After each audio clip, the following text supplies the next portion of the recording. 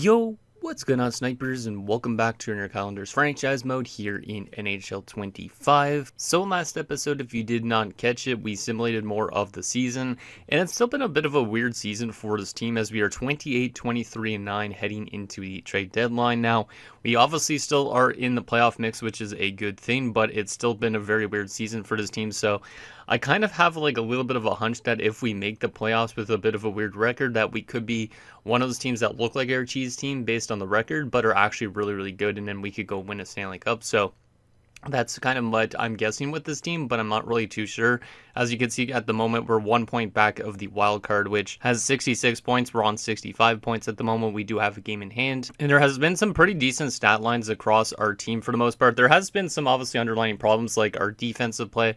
As you can see, we are currently 6th in goals for at 3.52 goals for per game, so we're scoring a lot of goals, but we're 18th in goals against, so our goals against definitely needs to improve if we want to have a chance to probably win a lot of games going down the stretch. We're second on the power play, which is fantastic. So our offense is probably good because we have a good power play, something like that. And we also actually do have a top 10 penalty kill despite not being a good defensive team. So it's kind of weird that our goals against per game is so bad if our penalty kill is that good. But obviously we need to maybe find a way to make this team stronger defensively. I'm not too sure exactly what I want to do because there is some trade options that we could do to basically make us a stronger defensive team. But I almost feel like this team is just going to find itself in terms of defensive play in the second half because we really do have a lot of good two-way forwards and stuff like that in the bottom six, so we should be doing better. Guys like Leeson obviously is a two-way forward. You have Eriksson who's a two-way forward. I think even Nielakainen is. No, he's a power forward, but he's still, I believe, decent defensively. He's got good shot blocking and stick checking, not really the awareness. But yeah, in general, I'd say we have a pretty good team all around. So we should be doing better defensively than we currently are, especially guys like Salmelainen, who has good defensive stats. He's been pretty damn bad defensively this season at a -9, but he has been improving steadily, which is good because he was like a -15 at one point in the season. So I honestly don't even know if I'll be making any trades in this episode really to bolster our team that much. Like, I do think we might need a little bit of something, but I'm honestly kind of thinking that this team is just going to figure itself out in the last month of the season finally, because it's been like an up and down season, as I said. We will continue to probably try and scheme fit most of the players in the top six just to see if that helps out with the chemistry and getting us to produce better offensively even. But I think right now the offense obviously is not the problem. The defensive play is a little bit of the problem, but there's not really any one of these players on this team right now that I'd be okay with shipping out, I think, because I really like our top six. I really like our top nine. Our fourth line's a bit more offensively minded than it probably should be. That's maybe a thing, but you can see these guys haven't been bad defensively either, so I don't think it's a huge issue having those guys down there. And in our defensive core, like, we should be simulating pretty good defensively because a lot of these guys have pretty decent defensive awareness. Like, all of them are 85 and above, so honestly, don't think this team should be simulating as bad as they are. Solovyov obviously shouldn't be simulating with a 901 though. He should be up like at a 909, 910, something like that. So maybe he's been like one of the weak links on the team this season, and that's why we're not simulating that well. I'm not too sure, but maybe he'll find himself in the playoffs because last year he had a really good regular season, but if you remember right, his playoffs were not very good. So is this going to be a year where his regular season isn't very good, but his playoffs are very good? Something like that. So I honestly don't know if we're going to look into any deals or not, but I do think there's one thing I'm going to look into, and obviously I'll mention that when we get to your guys' comments, which we'll just get into right now, I guess. So the first comment is from Sour Taco, says, you definitely need a new depth defenseman. While you could get a haul and a half for Jääskeläinen, I'm no longer 100% convinced you should move him. Is there anybody else in the top six, or maybe one of those third liners you could trade to get some assets while their value should be high? And so first part of your thing that you said is a depth defenseman. I think that's what we're going to look into, is just picking up a depth defenseman, because Pratt hasn't been really cutting it as a depth defenseman this year. He's a -8 through 13 games, so his defensive stats have been pretty abysmal. And obviously, if we do suffer any more defensive injuries, we don't really want to have him in here. So I think the best bet is to probably send him back down to the AHL. And there is a depth defenseman that I'm thinking of bringing in that I'll show you guys in a little bit after we get the rest of the comments and all that. But we'll probably bring him in just because I don't really want to reach into the AHL yet and bring somebody up as a depth defenseman. Currently, Ludeman's injured at the moment. He is listed as a top six, but he's currently actually a pretty good defenseman. We probably won't call him up if he even gets better we could call him up in the playoffs if we want to, but there's also Latinen, for instance, who's actually listed as a depth defenseman. The one problem I have with bringing him up to the NHL is it might stunt his growth. He was over point per game in the AHL when we called him up, so I think it's best probably for his development to probably stay in the AHL until the end of the season potentially, or get called up in the playoffs, something like that. So I don't think anybody in the actual minors I'd probably call up as that defenseman like Unila and Kasivi. I don't think I want to call them up yet. Kasivi could end up making our defensive core next season, which is rather exciting. So for right now, I think we'll obviously just keep our AHL team the same, but we'll send Pratt down.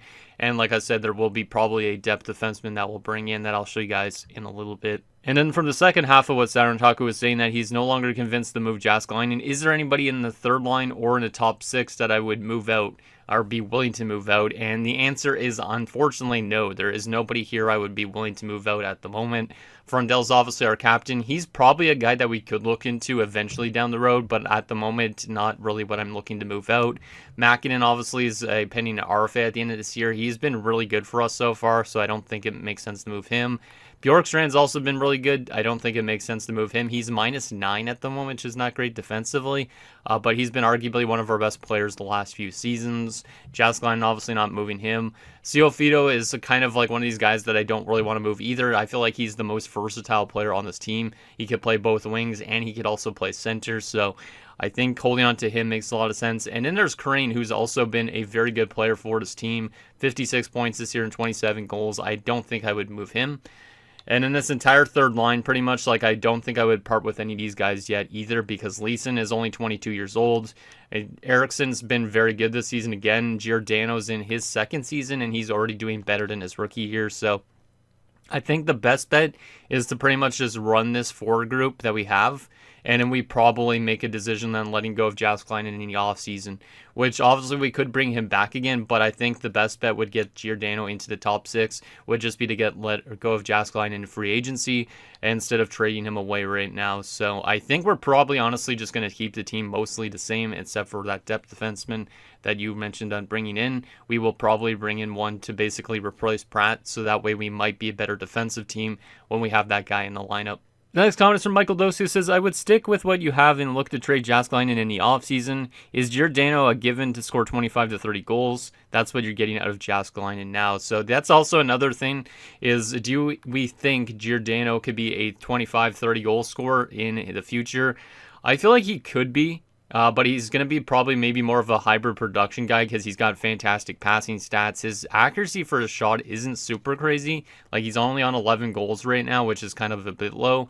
But he shoots not that much at the moment. You can see last season he only had 105 shots. This season he has 104 so far. So he almost has more shots this season. But he's still like roughly more of a pass-first type of player, it seems like, based on that.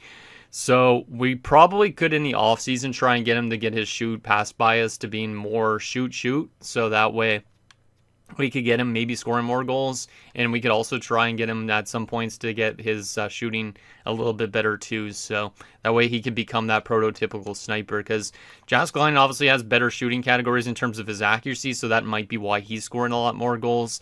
And the thing about Jääskeläinen is he's actually a pending UFA, so there's not really anything we could get for him if we do trade him in the offseason at the draft. Like, we would probably just be able to get back like a 7th round pick, and then the other team gets his signing rights basically. But I don't think there's going to be much that we could get for Jääskeläinen unless we do a sign-in trade, but I don't think that's something I'm going to be looking into. But we could definitely look into that as well if we want to. And the last and final 3 comments are from Garage TV. The first one says, I think it's time to say goodbye to Pratt and keep the newer defense as the depth option. I would also switch Gio and Jääskeläinen and maybe look to try and trade Siofito or Leeson to clear up the logjam. And fourth line should be some two-way forwards and grinders.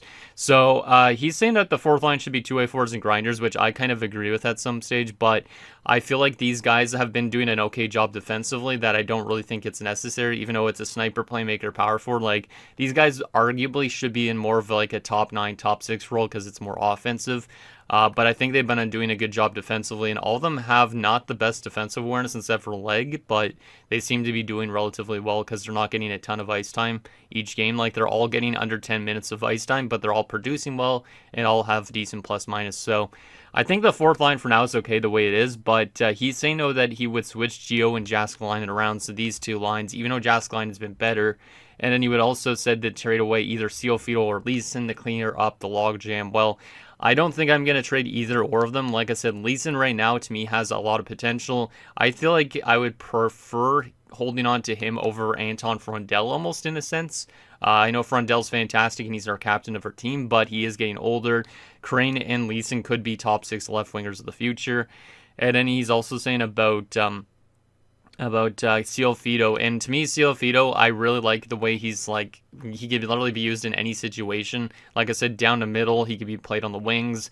That's why I kind of want to hold on to him. Preferably, he'd be more suited as a third line guy with power play time. I'm not too sure if that's what we're going to lean into, but Eriksson definitely should be in the top 6 at some stage because Eriksson's been very good too. So I think maybe next season, if we can't use Sealfido as a winger, we will probably use him as like a third line center, like I said, and we'll probably get him some power play time still with that, and hopefully he's okay with that ice time, just because I think Eriksson should make that jump into that top 6, because he's been one of our better players so far at the moment, and he is making a pretty good change of money, I think, too, right? Yeah, $5 million bucks. Meanwhile, Sealfido is just ending off his ELC right now, so I think that's probably something we'll look into for next season. We could even do it this season if we really want to. But I think for right now, I'll probably keep it like that. Garage also says, definitely try and scheme fit the top 6 and top 2 defense, as they could say no, but every first of the month, you could try every first of the month, and doesn't hurt only to make your team better. So he's still trying to get me to basically scheme fit the top 6. So we'll probably try and do more of that in this episode on like April the 1st. We'll try and get like Jääskeläinen and stuff too, because like I said, I'm not going to probably trade away Jääskeläinen or any guys in this top 6. So we might as well scheme fit them for the rest of the season, or try to at least. Some of them might say no, but we might as well try and do that since we're going to be holding on to them this entire season, because there was some decisions that we were thinking about maybe trading Jääskeläinen, and that's why I didn't end up scheme fitting him in the last episode. So we'll see if he could accept that, and that hopefully will get our top 6 looking pretty good for the rest of the season. And obviously, like I said, our top 6 next season might be Giordano and Eriksson going up, Sealfido going down to the third line, and then we find a new third line right winger, which we might even have in our system. I'm not even too sure at the moment. And lastly, Garage says, love seeing the team fit / chemistry go up with the ones that did scheme fit. And yeah, I really like the way the chemistry looks, especially on that top line, because we did get Bjorkstrand and Mäkinen to get to, no, it wasn't Mäkinen. It was Bjorkstrand and somebody else. It might have been Crane, right? No, it wasn't Crane. Maybe it was only Bjorkstrand on the offensive side of things, but I do like the chemistry look in the top 6. It definitely looks pretty damn strong. And then obviously the defensive core, these two guys actually both have good chemistry now too. So the defensive core is starting to come together quite a bit. That's another thing we're going to have to tackle probably in the offseason, is Schaefer and Sierra should be getting more ice time, and we still have Boyd and Salmelainen in the spot. So we definitely have to make some crazy decisions probably this offseason. But for right now, the only thing that we're going to do is find ourselves a new depth defenseman to replace Pratt. And I already have a guy in mind, and it's a guy I don't even need to trade for, which is kind of interesting, because I basically went to the player search, and I'll show you guys my exact step-to-step. So I went to the player search function and basically went to defenseman, and then I decided to up the defensive attributes. Let's see, where is it? Yeah, defensive attributes to at least a 4-star defense. And then I found this guy. If we sort by overall rating, I found this guy. He's unsigned at the moment. Low top 6D, 77 at 24. So that's actually a depth defenseman. This guy's never played in the NHL. He was actually undrafted too. He's played 3 years in the OHL for the Kingston Frontenacs, so he's never played an NHL game or an AHL game, but he's somehow listed as a depth defenseman, which is pretty insane. And you can see his defensive awareness is an 87. Now, he doesn't have great shot blocking and stick checking, but still a 4-star defensive rating is pretty good for a guy that's never played in the NHL and is actually kind of in that depth role. So He also could play right D and lefty, which is kind of nice. So we're going to bring in Zach Wilkinson as this depth defensive option, and then we'll send Pratt down to the AHL. Apparently, I can't sign him because we're at later parts of the season. Actually, we're not even in free agency. That's why.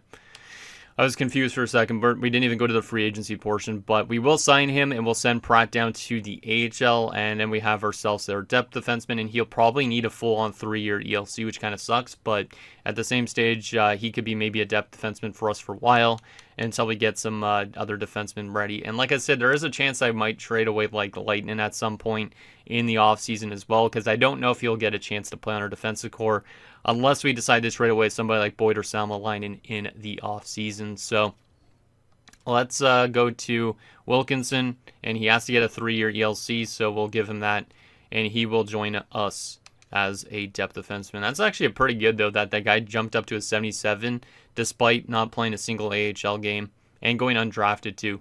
So I kind of like the story with that dude, and like I said, I think he's going to be a better defenseman in a sense than Pratt, just because Pratt has only like a 79 defensive awareness, so might as well bring in somebody that has a little bit more better defensive stats to his game. So we'll do that. That way we don't have to reach into the AHL and get Latin, Yelnila, and stuff like that. Like, I want the AHL team to do well, so Wilkinson's a pretty decent signing. And the nice thing is he won't ever go through waivers for a while, so like we could literally have him in the AHL next season. We could call him up if we get in injury trouble, and he won't go through waivers and all that. So we'll do that, and then let's go to edit lines so we can get the AHL line set back up again and get Pratt into their lineup. So yeah, the AHL team should be on a pretty good run this year. We'll take Mironov out of the spot and give Pratt some top line pairing time with Latin. That should be good. Obviously, Ludeman will come into that spot once the injury is done to him, which means I'll probably put Pratt in for Rawlings maybe because he's only a low 4. I kind of want to have Pratt in the lineup regardless. But like I was mentioning, Kasivi and stuff like that are getting close to the NHL too. So there is a little bit of a logjam of players, but we will have to make some decisions this offseason for sure.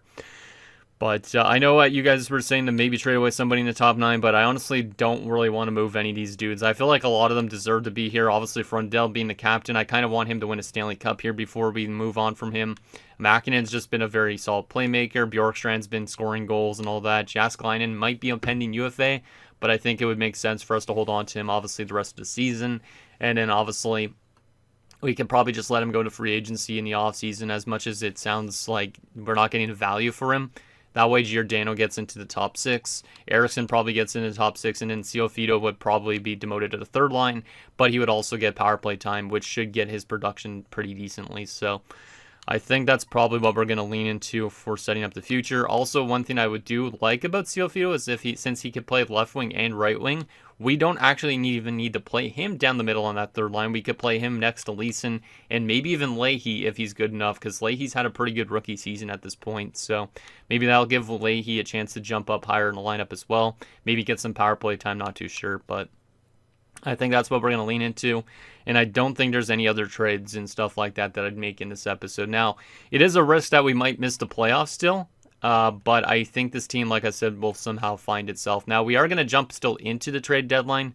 That way we could see if there's anything out there that's kind of interesting still to us. But I don't think I'm going to make any more adjustments to our roster. I think I'm okay with it the way it is. I really hope we don't miss by a point, because that would really suck. But I think this team will find itself after the trade deadline, or even during the trade deadline in a way. So let's advance today and get into the deadline, see what's out there just in case. We'll go buyer, and we'll take a look and see if there's anything else that screams interesting. But at the moment, to me, I think I just would prefer to kind of stay the course. So, Schneider was put on the block by Buffalo. Ooh, I was not expecting that. That's the right winger I was looking into at one point.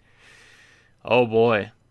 That might change things, but I'm not too sure if there's anybody I would get rid of on that top 6 still. Like, I do really like Schneider. Like, he was the right winger I was telling you about. Like, he's probably going to hit the free agency because of this, though. And maybe we can find him in the offseason instead of right now, because I don't think we need him right now, hypothetically. Let me take a look at our right wingers at the moment. Yeah, I mean, I could swap Jääskeläinen for him, and then we could re-sign him, the other dude, but, we already have so much right wingers, so maybe not. I might just wait till the offseason to look into him, but let me just see what it would cost, curiosity-wise, for Buffalo to trade us Schneider.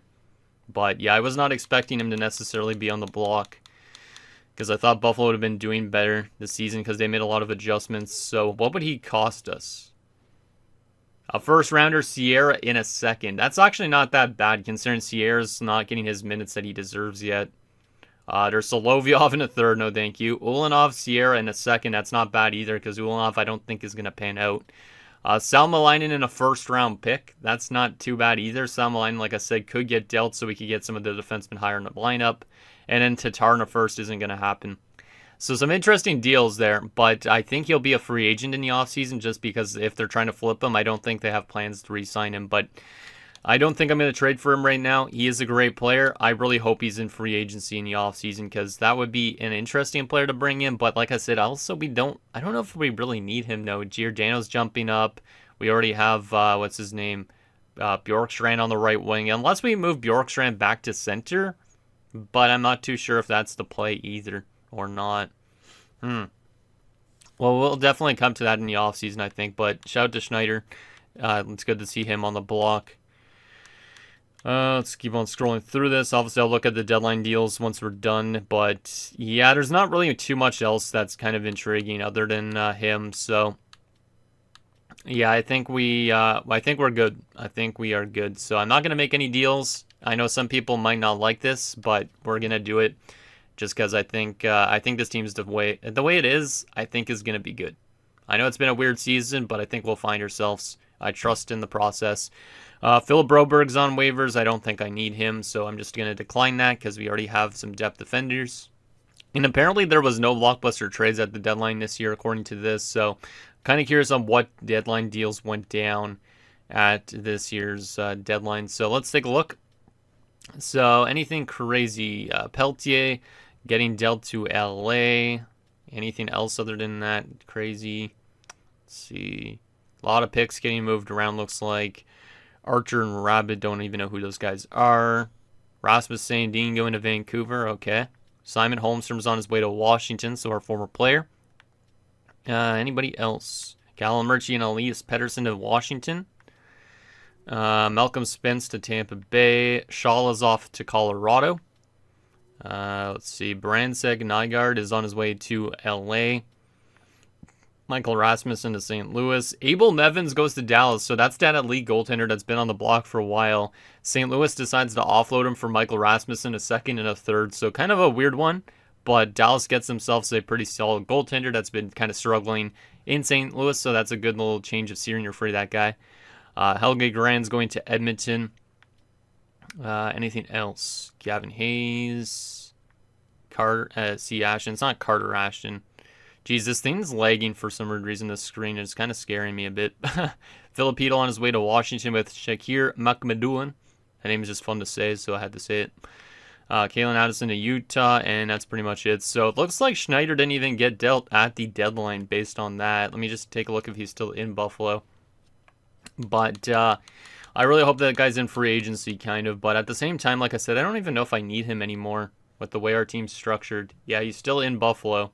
But, like, with our right wing pool at the moment, is there even a need for him in the offseason? Like, we have Jask Line pending UFA. Neil Kinan's technically a pending UFA as well, so maybe we would end up losing players on that right side. Not too sure. We could use Seofito still as a right winger, though, which is the good thing. So, and Giordano has been playing right wing. We could put Giordano back down the middle, hypothetically, in a sense, too. I'm not too sure, but we'll come to that when we get to the offseason. Obviously, we want to just simulate the rest of the season at this point now. Like I said, I'm kind of curious on what this team's going to do in this next half. Like I said, I feel like this team definitely is simulating good in terms of like goals for, power play percentage, penalty kill percentage.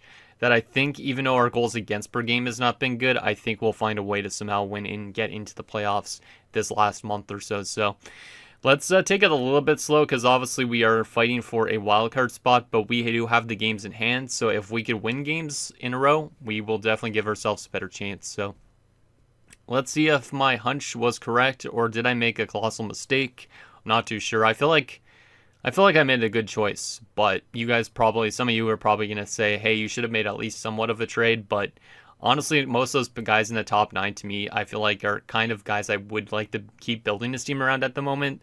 Obviously, eventually Jask Klein will leave, but He's been good this season, so might as well not trade him away. So let's go with like a week at a time. Kind of take it a little bit slow. We have 5 games. Washington, Buffalo, who are both in playoff spots, I think. St. Louis, who's been really dreadful. Chicago, who's been good.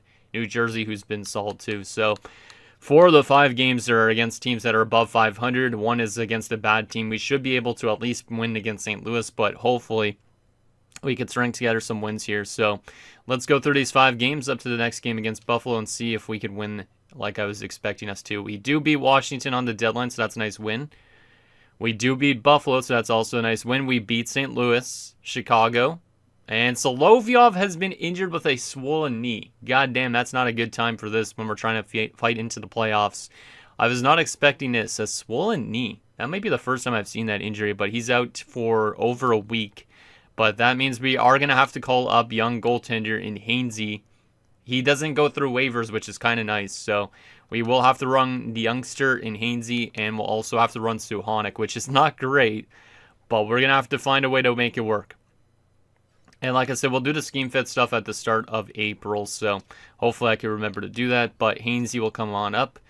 Hopefully he gets a few games in, but he likely will be our backup next season. He was really good in the AHL so far this season, I think. 907, I think it was better earlier on, but he's been pretty solid at the AHL levels, so good to see him get an opportunity here, but does suck that it's under the circumstance that we're trying to fight to get into the playoffs that we suffer this goaltending injury. Like, if it was earlier in the season, I would feel a little bit more safe, but since we're trying to get into the playoffs, it's like, it's a little bit risky.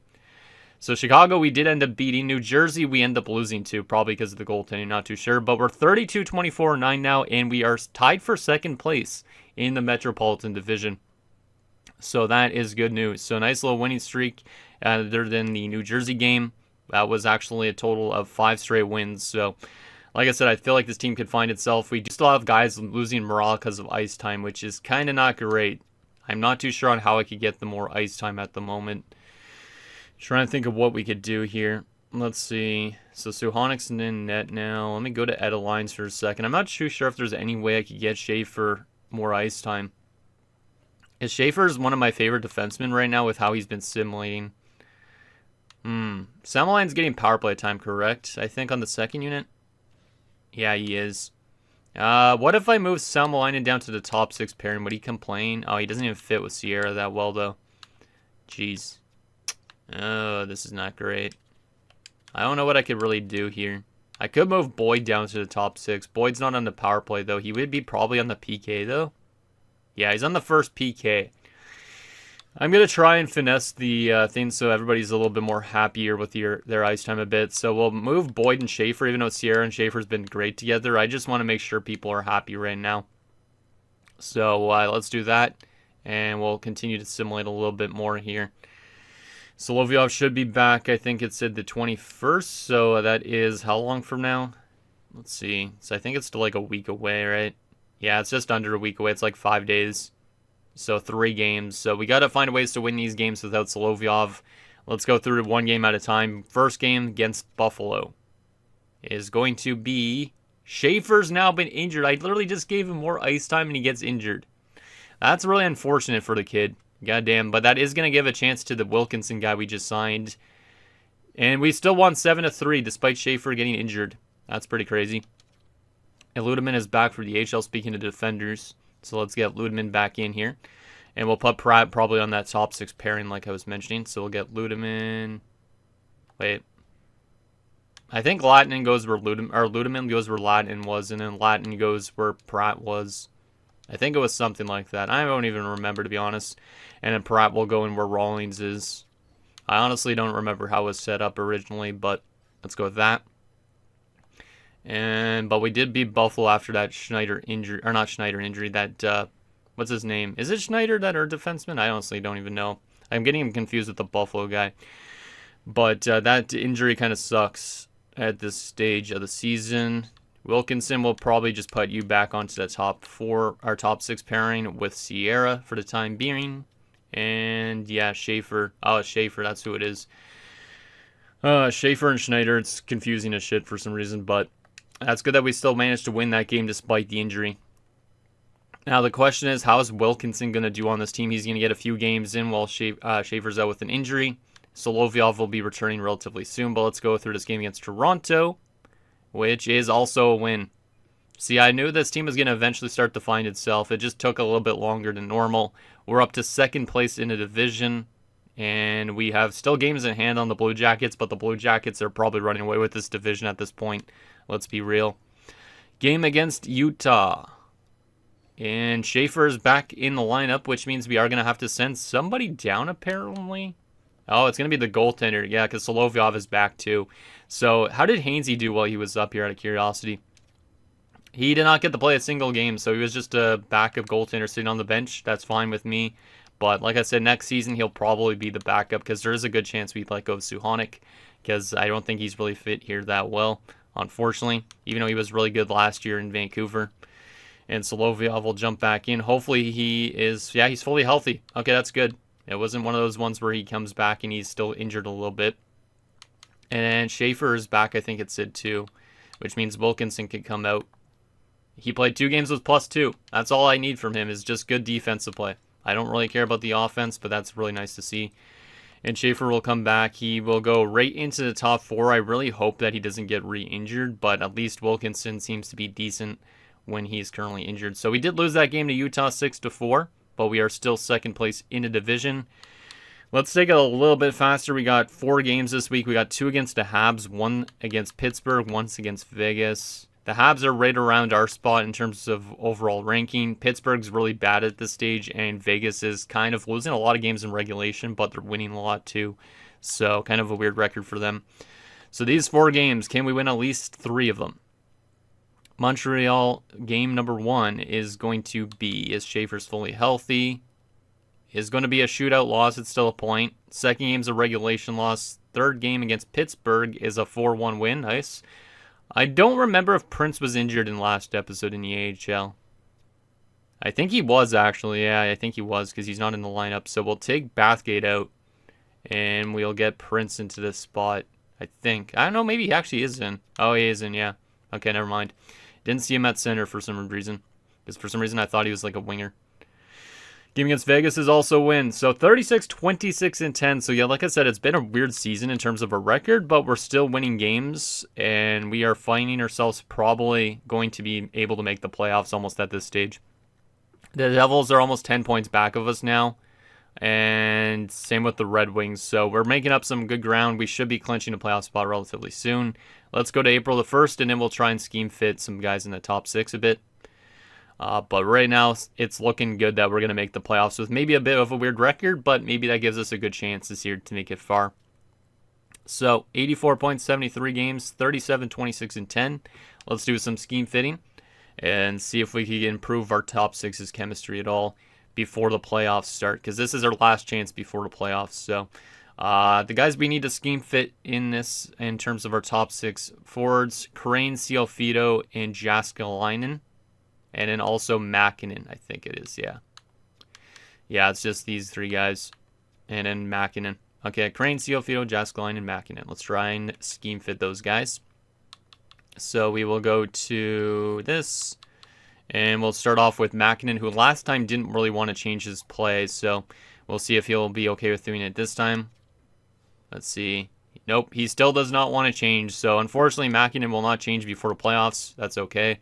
We could still try during the playoffs, but he does not want to change up his scheme fit too much. Jaskalainen's an interesting one. Like I said, he's a pending free agent, but we'll try and get him to fit us for the rest of the season at least. Apparently, it's very risky as well, but we will try it. So let's see if that works. And he does not want to change either. So it seems like the older the player, maybe the more they don't want to change. Not too sure. Ciofito might be willing to change, which is good. But like I said, he might be on the bottom 6 next season on like the 3rd line. So it's kind of weird doing that, considering we're going to have him on the 3rd line next season. But apparently it's also very risky for him. So I guess just some players don't really want to change too much. But let's try if Ciofito would be okay with it. He does. Okay, you're suggesting I change my game right now? Fine.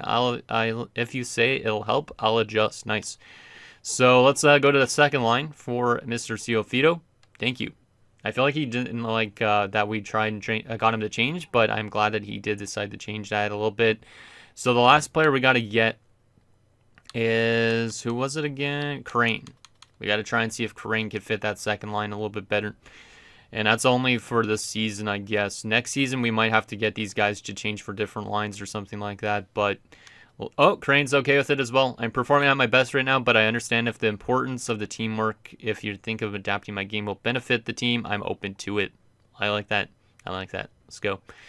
All right. So we got some guys scheme fitted for the second line. The only one that didn't scheme, or two that didn't scheme fit was Jaskalainen and Mäkinen. But now if we go to our lines, we should have some better chemistry somewhat. Yep, a little bit better. So Crane is now, as you can see, 4 green across the bar, or 5 green across the bar. Same with Ciofito. Mäkinen is still 2 green because he didn't want to, and Jaskalainen is 1 green, but does make our chemistry a little bit better for that second line. And then there's nobody else that we're going to do on this team for the chemistry. So we could technically do the third line, but a lot of those guys are going to be higher up in the line next season. I think it's fine the way it is. So let's continue to assimilate and get the rest of the season done. We should be clinching a playoff spot relatively soon. Like I said, the Caps and Devils are literally like 10 points, 8 points back of us. So unless we lose a bunch of games in a row, which we have done this season, we should be a playoff team. So let's go through 3 games. We have Ottawa, Nashville, Colorado. Ottawa currently is kind of similar to us. Nashville is below 500. Colorado is even worse. So we should be able to at least win 2 of the 3 of these games. Ottawa is going to be a 4-3 loss. Nashville is going to be a 7-4 loss. Goddamn. And Colorado's a 5-2 win. So a bit of a bad stretch, but a 5-2 win at the end of it is good. We do still have 6 games to go, and we're on 86 points. The Devils are on 78, trying to get back into the playoffs. And apparently, the wild card's on 84 points now. So the Hurricanes are literally trying to take our divisional spot, so that's a bit of a risk. But we do have a game in hand, which is good. Like, we have the second least amount of games played in this division at the moment. So, but we're only 2 points back of the Rangers for second place. So, like, we could definitely still fall back to a wild card spot. But the teams that are outside of the wild card are literally like 7 points back and 8 points back. So they don't scare me too much. But the teams like the Hurricanes trying to take our divisional spot do a little bit. Let's go one game at a time. First game against the Dallas Stars, who have been good this season. 4-2 win. Nice little win there. We do also have the Flyers, who are below 500. And then we have Pittsburgh, who's been really bad this season. They have 50 regulation losses. So should be able to win at least one of these games, I would assume. First game against the Philadelphia Flyers is going to be a loss 4-3 in regulation. Not great, but we are still 4 points up on the Hurricanes. Same amount of games played. Pittsburgh, this should be an easy W. If we lose this game, that's pretty bad. It will be a 5-2 win. Nicely done, boys. Nicely done. 90 points. Playoffs should be relatively soon, I think. Let's see. Did we clinch yet? We have not clinched yet. Wild card is on 86 points. Teams are back 5 points. That, yeah, we're definitely in a good spot. Like, we're literally 8 points and 9 points up. I don't think there's any way we almost miss. Let's go through this Washington game to hopefully clinch that. And it is going to be a 5-2 loss. So not a great to lose on the last games of the season, but I think we might be clinching here soon. Yep, we get to clinch the playoff spot. So we might still end up being a wild card team, which is the funny part about this, because we've had, I think, a bit of an interesting season with our underlining stats. Like, I still think if we're a wild card team, we're going to go on to win a Stanley Cup somehow. I just have that hunch right now. But we did make it back to the playoffs, so that's good. Let's go through Philadelphia and Columbus to end off the season. But it has definitely been a weird year. We do win in regulation, and then we lost in a shootout. So we finished 41-30-11, which is basically 41-41. And we end up finishing third place in our division. So I feel like because we had such a mid-looking record, that we're going to scare teams in the playoffs. Like, we kind of under-simulated quite a bit, I feel like, in terms of our actual record, but we have some good underlying numbers that might make us look like a way better team. So let's take a look at some standings and see where we finished in the entire league in terms of a lot of stuff. But an interesting season coming to an end. Hopefully there's some stats that look pretty good for this team. But if we go to the entire league, you could see we weren't even in the top 10 probably, right? Yeah, we weren't even in the top 10 of the league. We were down here at 13th. yet we made the playoffs. Buffalo also did end up making the playoffs despite having Schneider on the block at the deadline, so that's kind of interesting. So they could be another team that under-simulated that actually will be better in the postseason, my guess. In terms of offense, look at that. We were the third best offensive team in the league despite finishing as low as we did. So that makes me feel like this team has a lot more in them than anticipated. Goals against per game.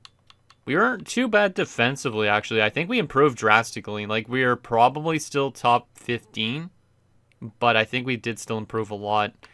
Power play percentage. Our power play was good, right? Yeah, power play was third also in the league, so I think that's another thing that could make us simulate better in the postseason. And then from a penalty kill perspective, 84.5% was also pretty good. So I think literally this team, despite being 13th in the league, maybe 13 is actually a lucky number in this sense, and we're actually going to go far.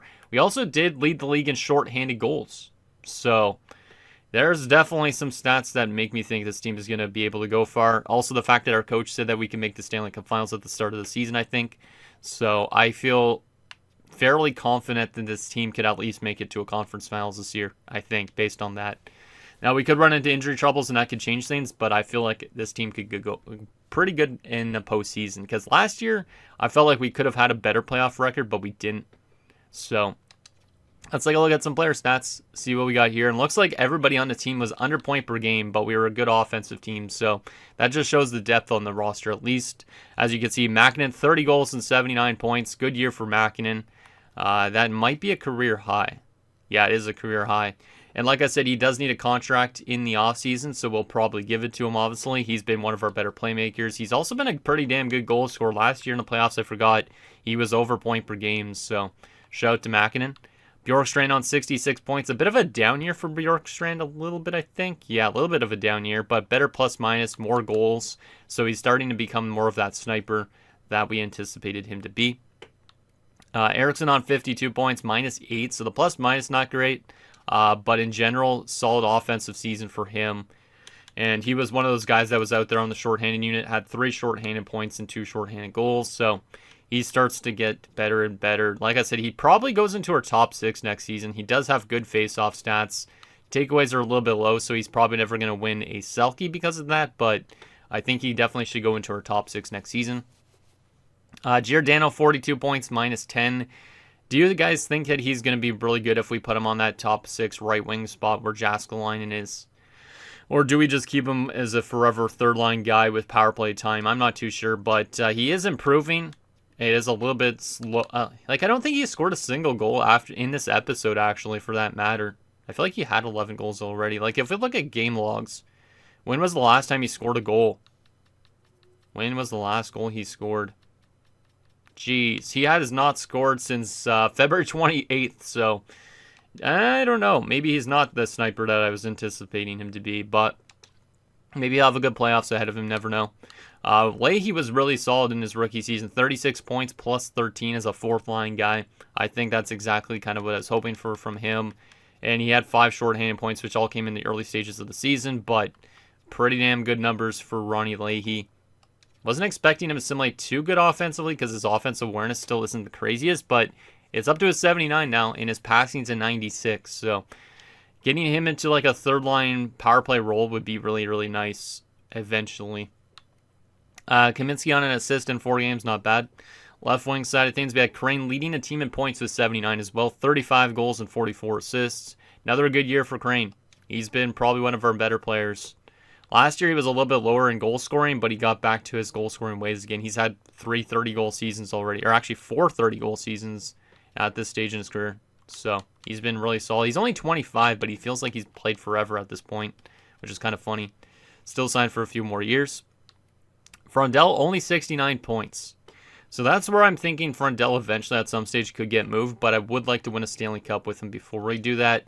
He definitely isn't as good offensively as he was like years ago, but he is still a very useful player. 2 shorthanded goals a season as well, and 6 shorthanded points. So he's definitely kind of a multi-tool, and I kind of like him still. But like I said, at some stage, maybe we decide to move on from him, but he is signed for 5 more seasons after this. Ciofito was really good this year. 52 points plus 12.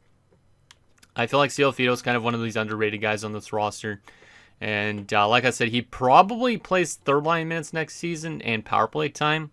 But we could literally still use him as a second liner if we want to, if we want to part ways with somebody. Like maybe instead of moving Giordano to that second line right wing, we move Sealfeed over to the right wing, and then Eriksson plays down the middle. That could be something too. But 3 solid years for Sealfeed in his NHL career at this point. Former 8th overall selection. Leeson 36 points is pretty decent. -7 is not great, but it's okay. Legon 23 points and a +14. Once again, another good numbers for the fourth line. He did that in 62 games because the first 20 games we had Wallace in that spot instead. So shout the leg. Right wing side of things, Jastline on 71 points in 82 games. He had 42 goals this season as a pending UFA. It would be nice to hold on to him, but I don't know if there's a stretch where I could really hold on to him. Like I said, we might have to let him go still, but really good season for him. He continues to get better and better. Definitely doing a lot better with us than he was with Pittsburgh. We kind of saved him a little bit. And he was over a point per game last year in the playoffs, so maybe he could have some good playoff results again this season. Neil kind of on 25 points, +16. Another good numbers for the fourth line. And then Wallace 5 points in 22 games before he was scratched the rest of the year. And he didn't lose any morale, so at least that's okay. He lost some morale because of ice time, but he is a depth forward. From a defensive standpoint, we have Houghton on 61 points in 64 games, +35. So if Oldie would have played literally the entire season and been healthy, I think he would have been a Norris favorite for sure this year. Big year from Houghton, career high in points and plus-minus. And he's now back to even 0. Yeah, Houghton's looking good. I forgot that he was also over point per game last year in the postseason because we did score a lot of goals last year. But I'm kind of curious on how good we're going to be this postseason. Salmelainen was still a -11 somehow. Everybody else on the defensive core was plus, though. So good offensive numbers, though, 32 points. But I don't really like that defensive result. And like I said, I don't know how we're going to get Schaefer and Sierra more ice time. We might have to part ways with somebody like Sierra and then somehow get a way to get Schaefer more ice time or something like that. I'm not too sure exactly. Tatar on 30 points is good, +16. Nice little redemption year for him. Schaefer on 19 points, +22. Schaefer continues to be a really solid defenseman. Not as much points as last year, but his plus-minus in his first 2 seasons is as good as his point totals, so that's really nice. Boyd on 16 points, +3. Sierra 15 points, +4. And Wilkinson was +2 in 2 games. I don't know how much Wilkinson's going to play in the NHL, but like I said, he's a good, solid depth option that doesn't go through waivers at the moment. Goaltending-wise, Solovyov rocked an .898. See, this is where I think Solovyov's going to have maybe a good playoffs. Because if our team was actually really good this season and finished 13th in the league, and he had an .898, I just feel like it's a pretty big drop-off for him this season, where he has to probably find his game somehow, right? Like a 913 down to an 899 is probably one of the worst drop-offs I've seen, but maybe last year's playoffs did a number to him, but I think he's going to get back to his good goaltending numbers in the postseason this year. And then Suhanik as a backup was pretty bad in 887, but he did have 13 wins, so he definitely helped out, obviously, when Solovyov went down due to injury. All right, let's take a look at stats around the league. Obviously, we're not going to have anybody probably win awards this season, but hopefully we have a good run this year in the postseason, as Brian Ritchie is going to be the best player in terms of points with 114 as a 21-year-old. So this guy is pretty damn insane as a franchise playmaker. 65 goals, too, which might lead the league. Let's see. Yep, this guy's going to win a Richard and an Art Ross in the same season as a playmaker. And, yeah, he's already got a big contract. Damn, this guy's pretty damn solid. This guy's probably going to win a ton of awards before the end of this franchise mode. So shout out to all those guys. Only a few 100-point guys this season. Only 5 of them. So a little bit of a lower scoring season, it seems like. From a defensive standpoint, the best defenseman in points was Quinn Hughes with 77 and a +16. Like, see, literally if Houghton was playing, he would have been on pace for how many points? Let's see, actually. Some of you guys could probably do the math in your head, but I honestly am not a mathematician, so no idea what this would equate to. But 61 points in 64 games. And if we times that by an 82-game season, he was on pace for 78 points in an 82-game season, and he would have had a good plus-minus. I think he would have won the Norris. But because of all those games missed, they're probably not going to give it to him. But he was definitely on pace to be the best defenseman in the league this year. So shout out to Olli Houtonen, who is definitely starting to come into his zone quite a bit. I think next year he could easily win a Norris if he stays healthy all year. All right. And then in terms of goaltending, the best goaltender in terms of wins, Kolzig again, 47 wins, him and Menard. I feel like that's the exact same thing we saw last year.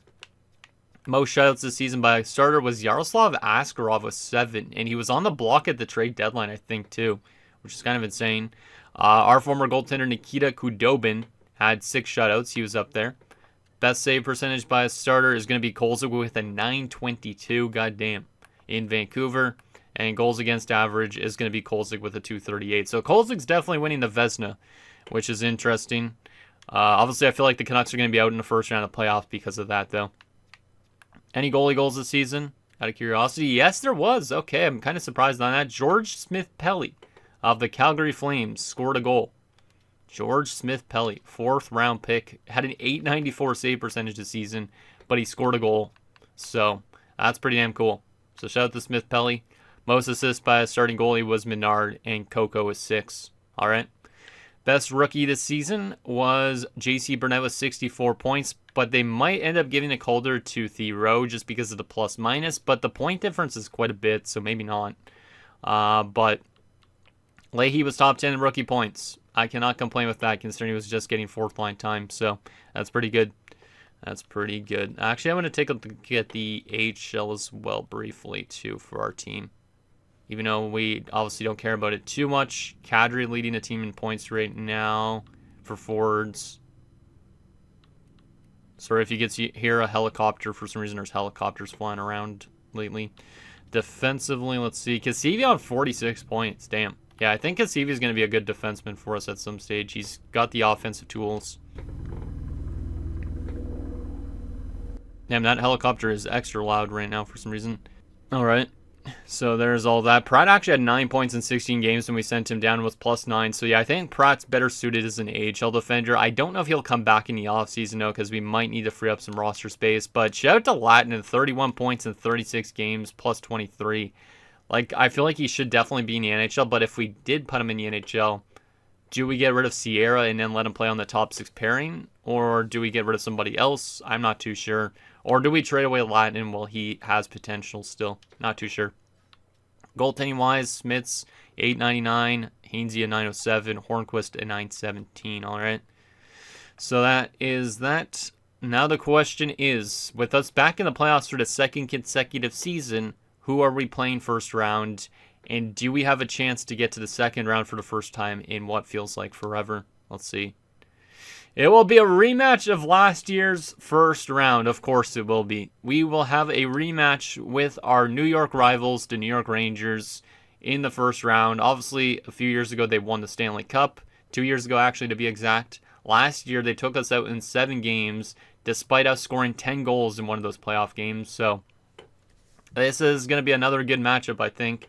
And if we look at the comparison during the regular season, you can see we were 3rd in goals for. They were 7th in goals for.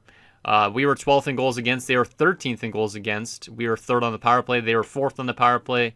We were 10th on the penalty kill. They were 28th on the penalty kill, despite that goals against per game being in the top 15. So the Rangers might be kind of identified as a cheese team as well. They had a 43-31-8 record.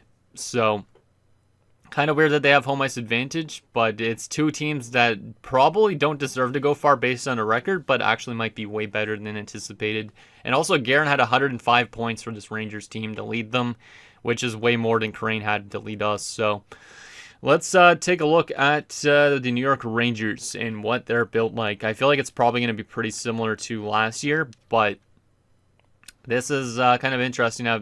Basically, to get back into the playoffs multiple years in a row, we have to go through our New York rivals. So, first line, Alexis Lafreniere, Alex Newhook, and Robert Thomas. Pretty solid first line. I feel like they made some trades at the deadline, too, because I did see, I think it was Newhook on the block, if I remember right. Second line, Bobby Brink, Hendrix Lapierre, and Stefan Johansson. Third line has Simon Valaket. They also have Kirill Zikov, our former guy, of course, and Chase Stillman. And a fourth line of Reese Sutton, Cole Rushny, and Otto Stenberg. So I think they are missing stuff from last year's run. Guerin's injured. That's it. Guerin should be on this offensive core. We literally just said he's lead the team in points with 105. He must have got injured at the last game of the season or something like that, which is a substantial loss to the New York Rangers if that's the case, which it probably is because he wouldn't be scratched. They probably have a couple injuries, my guess, but does that make them more of a cheese team because they have one of their star powers being out? I'm not too sure. Defensively, they have Byram and Fox. Pretty solid 1-2 punch, but they're all both pretty old. They also have Terrell Bachman, Stian Solberg still. Kashwan Aitchison, I don't even know how it's pronounced. And Otto Salim. So a bit of a veteran defensive core. All right. Not the strongest defensive core, but still okay. And then from a goaltending perspective, Brennan Panaye is the starter. Last year was Bjarnason that was the starter, right? Yeah, Bjarnason was the starter last year. Now he's their backup. So Panaye must have just came up from the AHL? He was, oh, yeah, right. I remember now, I think. I think last year he was acquired from Vancouver. Might have been a healthy scratch? I'm not too sure. 7th round selection, goddamn. And he's a medium elite goaltender. That's an 83 at 22. Maybe not. I'm not too sure. This guy really panned out really well, though, for the Rangers now. So they do have that starter. And in terms of scratch players, you have Guerin's out with an injury. I thought so. They have Malik Arneson and also Dale Scrimes. But losing Jason Guerin is a really big blow for them. The question is it going to make any difference or not? But he's had back-to-back 100-point seasons. We know what he did last year in the playoffs, which was 31 points in 22 games. Actually, that's when they won the Cup. Last year, he had 18 points in 13 games. This guy is crazy good. And he's only signed for a few more years before he might test free agency. But right now, he's got a Conn Smythe and a Calder. No Art Ross trophy yet, but he definitely has one in the future, I think, at some stage. And he's already got a Stanley Cup. Now, the question is, how long is he out for? How long is he out for? Like, if we're not going to play against him the entire round, maybe that gives us a good chance, but also it could make the Rangers more of a cheese team. But let's see. He is pending evaluation, so it must have been recently that he got injured, like in game 82 or something like that. Like, let's take a look at him again for a second if we go back to view lines. I want to see if he played a game 82 or not, because he definitely got injured really recently. I forgot to see if he actually played all 82 games or not.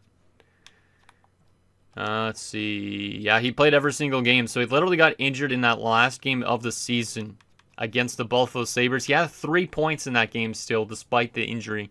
That's kind of insane. But yeah, this guy's a machine. Absolute machine. 63 goals this season. It says, wait, is that more points than it actually says? Yeah, that's glitched out.